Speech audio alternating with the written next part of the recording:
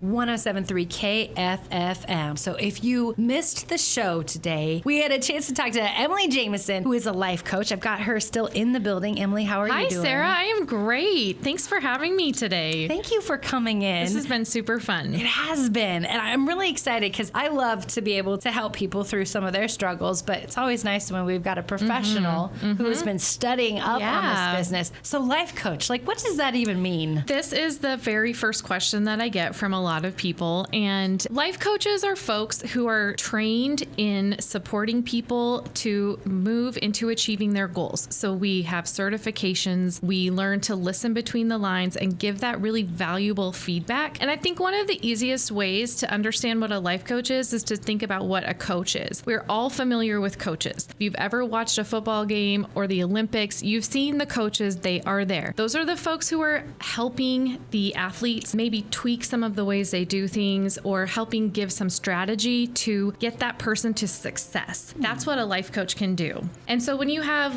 maybe there's something happening in your life or you feel stuck, you might have particular goals. Like maybe you want to reach a new level in your career. Maybe you want to really get yourself into a good, solid, meaningful, loving relationship and you haven't been able to do that so far. At a certain point in your life, you might think, okay, I've tried different things. I realize the common denominator here is me. What am I going to do with me? Dang it.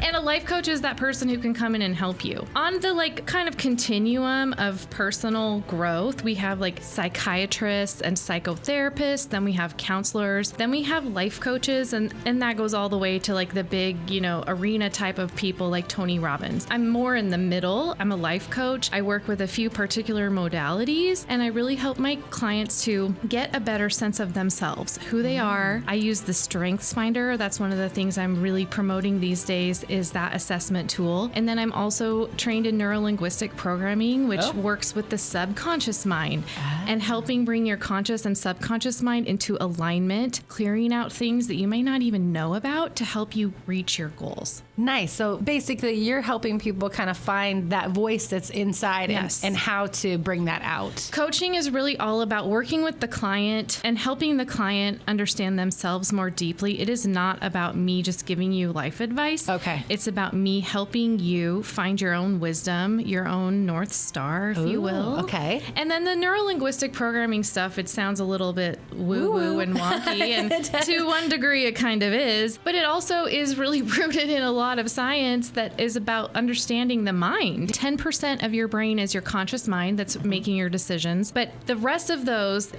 kind of knee-jerk reaction type of stuff comes from your subconscious mind. If you've ever set a goal and had every intention of trying to do it, and then you've just found yourself completely derailed, that's because your conscious mind and your subconscious mind are not aligned. And so sometimes there's limiting beliefs or different, traumas or whatever. And I'm not talking car accidents, but just different things you've experienced in your life that can then kind of clog up those pipes. And so with these other tools, we work on clearing that stuff out. And life coaching differs from counseling in that we're not necessarily looking at the source of all of those things and investigating that. We're kind of coming in with the tools that I have. We work to clear that stuff out, but we don't need to dredge it all up again. We want to clear it out, move it through, and then point you towards the goals that you have so that you are moving forward to get them. Nice. So giving you a little extra confidence. Yeah. There's accountability built into that too, which I feel is honestly the big ingredient for me. I'm a coach. I work with a coach as well. And I know that I'm going to be reporting to that person or they're going to be asking me about the progress that I've made. Yes.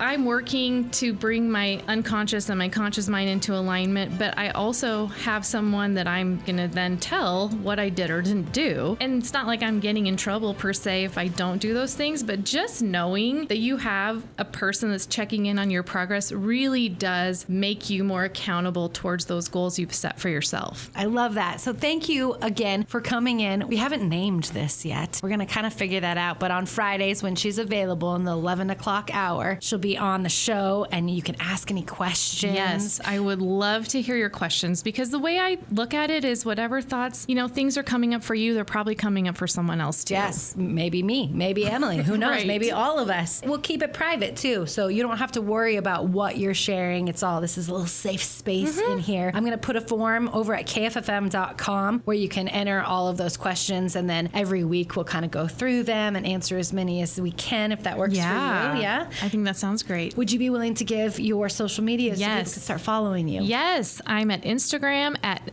the Emily Jameson. Facebook, you can find me at Emily Jameson Coaching, and my website is emilyjamesoncoaching.com. It is the most wonderful time of the year. It is also the most stressful time of the year. So thank God we have you here. Thank you, Sarah. Have a wonderful day, Emily. We'll see you next week. Yes? Yes.